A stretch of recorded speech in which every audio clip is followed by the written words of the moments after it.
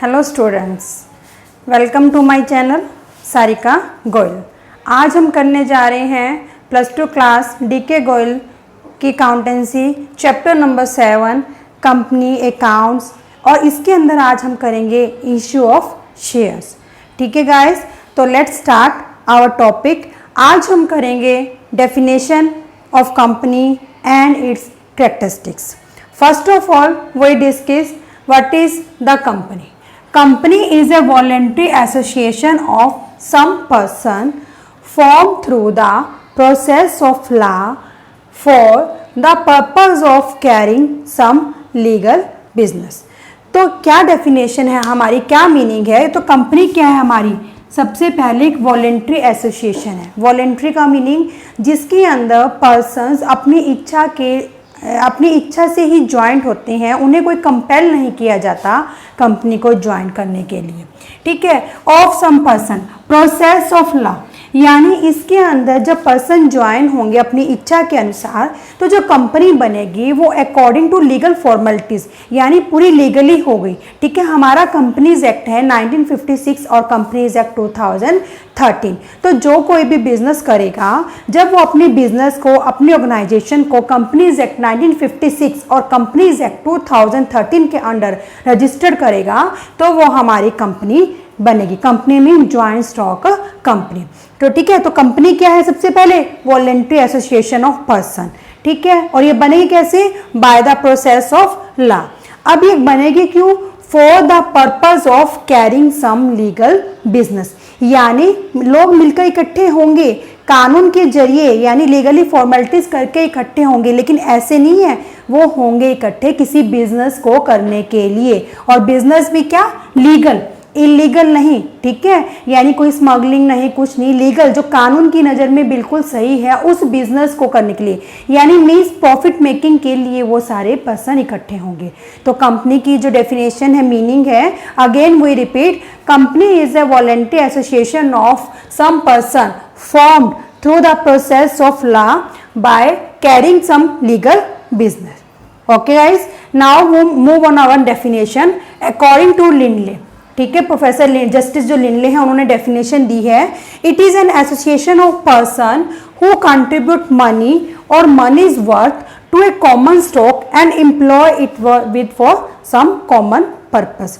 यानी इसके अंदर जो है हमारे जो पर्सन्स हैं वो इकट्ठे तो होते हैं, लेकिन इकट्ठे होकर उन्हें अपने कुछ मनी को कंट्रीब्यूट करना होता है, कुछ अपना मनी इन्वेस्ट करना होता है कंपनी के अंदर। शेयर्स की फॉर्म में वो कंपनी के अंदर इन्वेस्ट करते हैं। ठीक है। शेयर्स क्या होते हैं इसके बारे में हम अभी करेंगे। तो वो कंपनी जो है वो मनी और मनी वर्थ, यानी मनी के इक्वल जो है कॉमन स्टॉक में अपना कंट्रीब्यूशन देते हैं, और जो उन्होंने अपना मनी इन्वेस्ट किया है इसको फिर वो कॉमन पर्पस, यानी सब लोगों का मिलकर एक कॉमन पर्पस होगा। जैसे बिजनेस चलाना है, इसके अंदर हमने प्रॉफिट कमाना है, सेल हमने इंक्रीज करनी है, अपने मार्केट शेयर को हमने इंक्रीज करना है, इस सारे कॉमन पर्पस के लिए ये सारे क्या करेंगे? अपने इस मनी को इन्वेस्ट करेंगे और उस मनी को उस पर्पस में यूज करेंगे। ठीक है। तो ये थी हमारी कंपनी की मीनिंग एंड डेफिनेशन।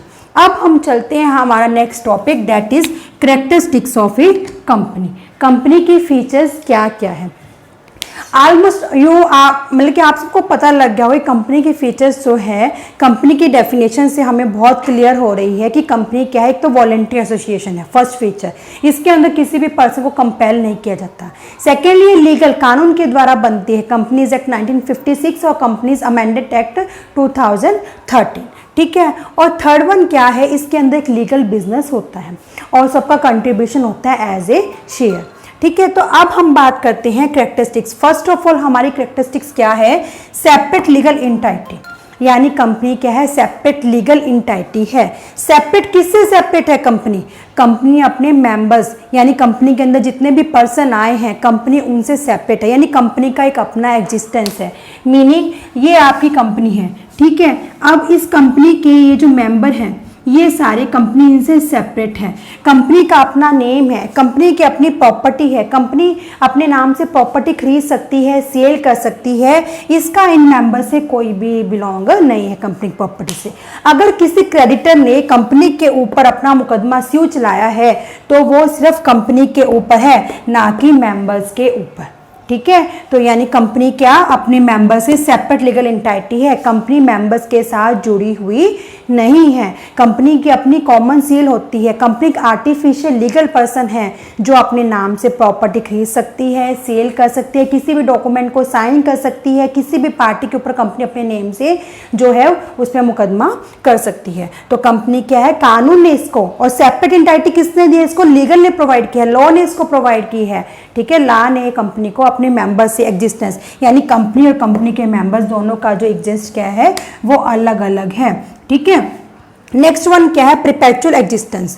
परपेचुअल का मीनिंग लॉन्ग टर्म था। जैसे हमने सोल प्रोप्राइटरशिप वगैरह में देखा था कि बाय चांस ओनर किसी काम से चला गया तो उसका जो बिजनेस है वो बीच में डिस्टर्ब हो गया। ठीक है, इसी तरह से हमने पार्टनरशिप में भी देखा था, बाय चांस दो पार्टनर्स है, एक पार्टनर्स कोई मतलब कि मैड हो जाता है या समथिंग कुछ हो जाता है तो फिर पार्टनरशिप क्या है वो खत्म हो गई।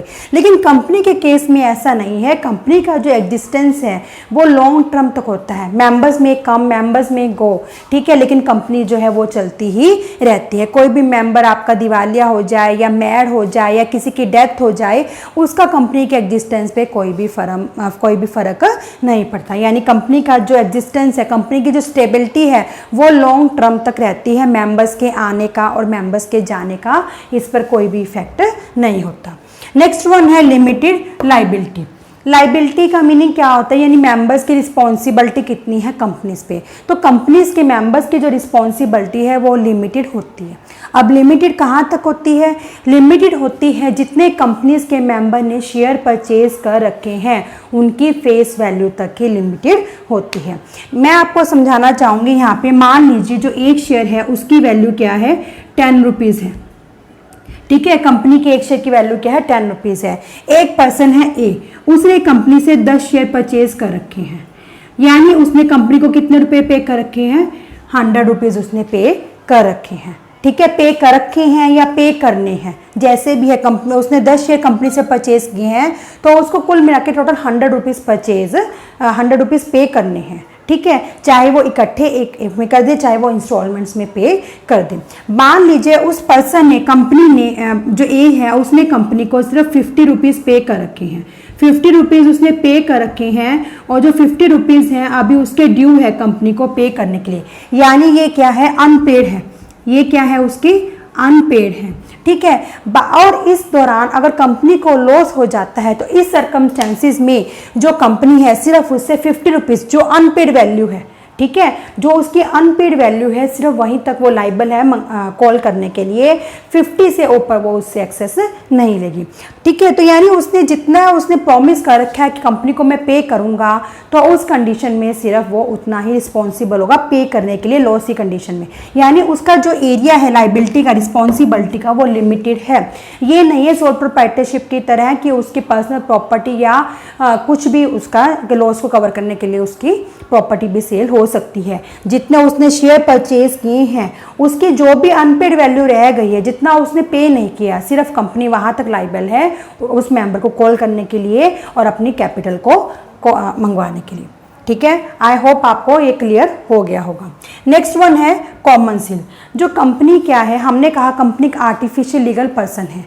ठीक है, एक पर्सन है, ये नेचुरल पर्सन की तरह नहीं है। तो जो कंपनी के जितने भी डॉक्यूमेंट्स हैं, जितनी भी डील्स हैं, तो उस पर कंपनी के सिग्नेचर कैसे होंगे, क्योंकि कंपनी तो एक आर्टिफिशियल है। तो कंपनी के सिग्नेचर होंगे एक सील होगी कंपनी की कॉमन, जिसपे कंपनी का नेम होगा, और वो सील जो है वो डायरेक्टर के पास रहती है और उस सील को कंपनी के डॉक्यूमेंट्स पे लगाया जाता है, यानी कंपनी की एक कॉमन सील होती है। तभी वो डॉक्यूमेंट क्या आपका लीगली बनता है, और उस सील के साथ कंपनी के डायरेक्टर्स के सिग्नेचर भी होते हैं, ताकि वो सील पता लगे कि जो डायरेक्टर्स की मौजूदगी में ही लगाई गई है।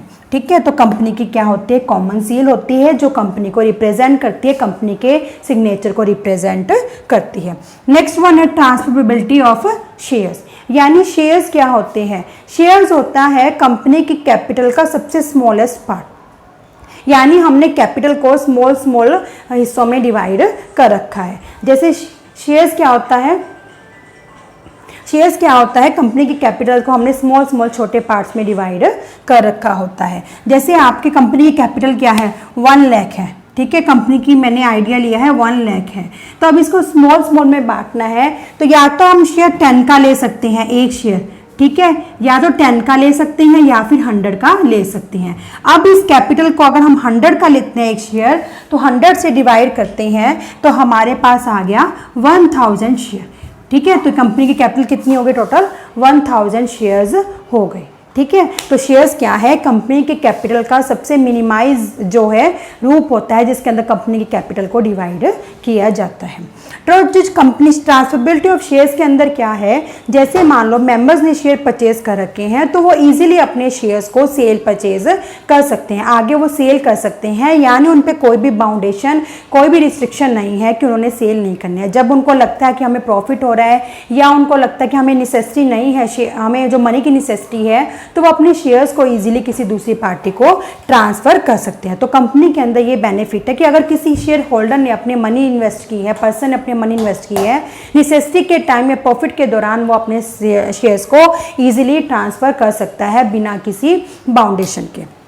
नेक्स्ट वन है separate of management from ownership, ठीक है। तो separate of management from ownership, अब इसके अंदर क्या है, हमें ये पता है जो कंपनी के ओनर्स कौन कहलाते हैं, शेयर होल्डर, क्योंकि उन शेयर होल्डर ने अपना मनी एज ए शेयर्स के रूप में कंपनी के अंदर इन्वेस्टमेंट कर रखा है, ठीक है। लेकिन आपको पता है कंपनी के जो शेयर होल्डर होते हैं वो बहुत ज़्यादा होते हैं और इतने सभी शेयर होल्डर से कंपनी के जो है मैनेजमेंट करना मुश्किल हो जाता है, उनकी ओनरशिप करनी मुश्किल हो जाती है।